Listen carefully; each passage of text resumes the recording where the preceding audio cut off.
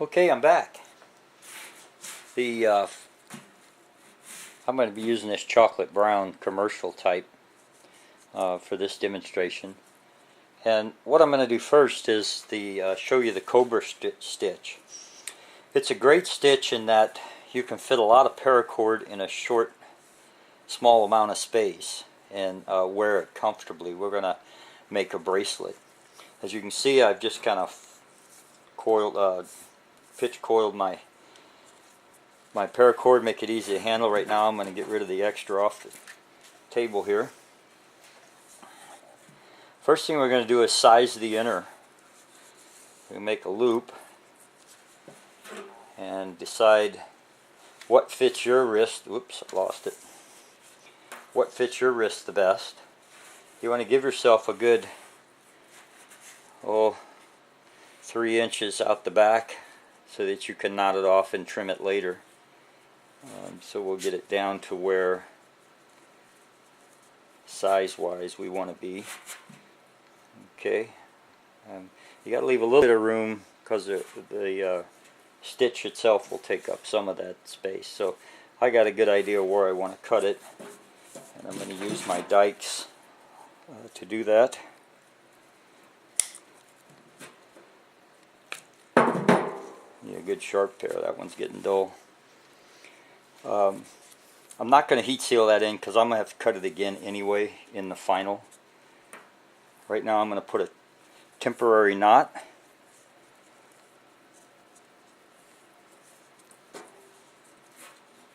And I've neglected to bring my carabiners with me. I'll be right back. Don't go away.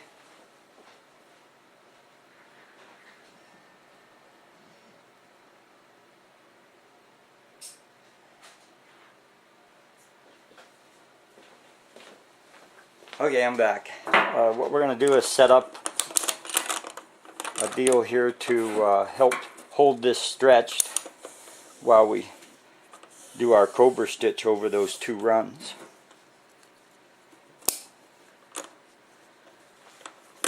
Now this end that you can't see off camera is just literally clipped to me, so I can pull or loosen as much as I want.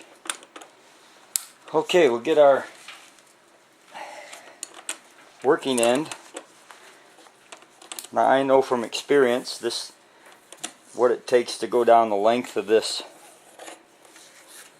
bracelet is about 2 of my stretched arms, which is just about what I got here. Okay, first thing we want to do is get both ends looped underneath the inner core and line them up. Pull those up. We want the right side coming over the top, under and around. We want the right side coming over the top. Then we'll take what now becomes the bottom, loop it around the top and back through the other side. That'll get your start. I'm going to do that again. I'm going to take it apart and do that again. Okay, I'm going to line my 2 ends up.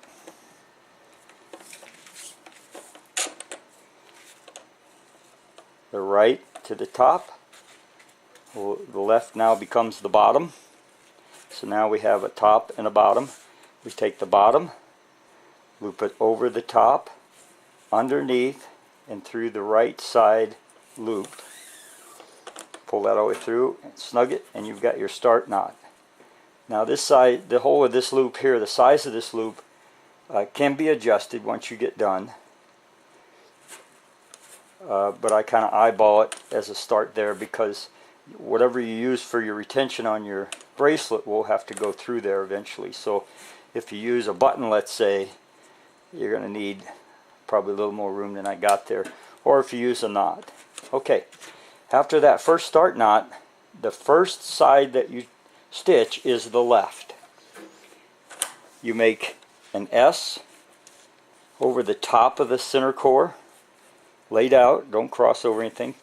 Take the right side through, down, and up. Pull that through, snug it up, you have your first knot. Next is the right, same process. Then the left.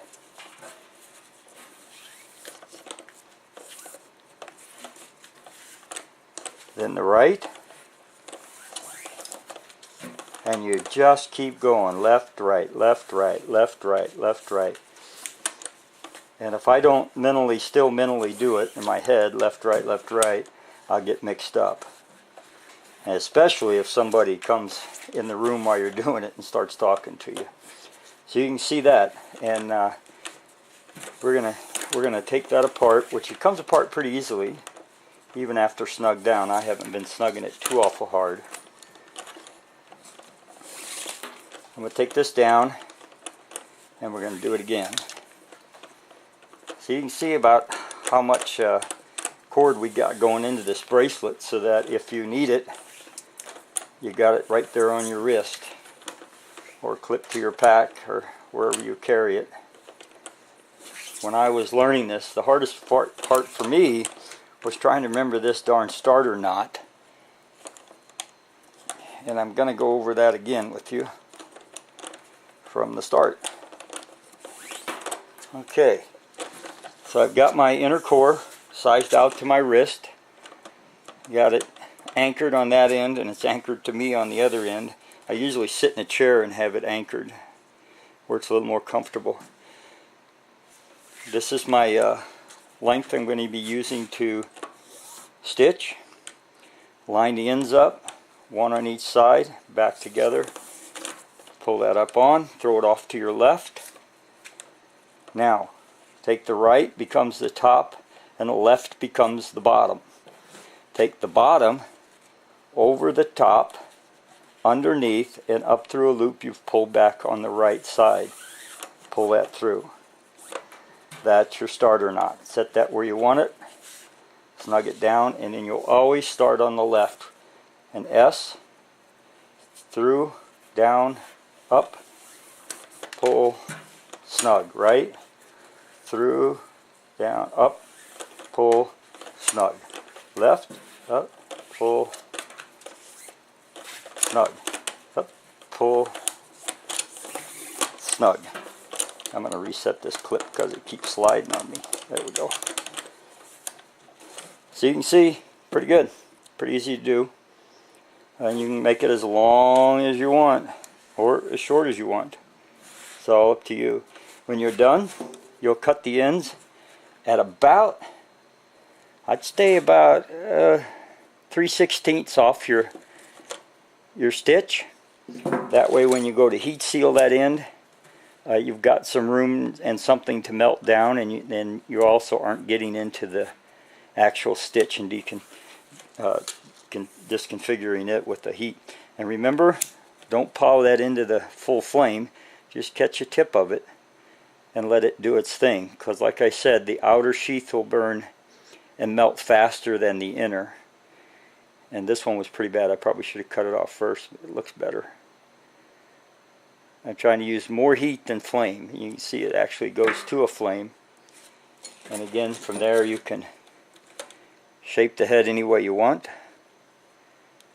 Just don't touch it, as it will make white blisters. That's the basic Cobra Stitch,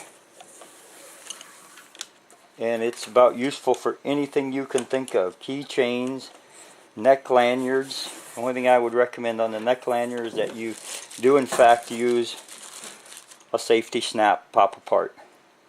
You never know. Okay. The next segment we'll go over some of the basic knots that I'm familiar with and that are very handy when it comes to paracord and being in the bush.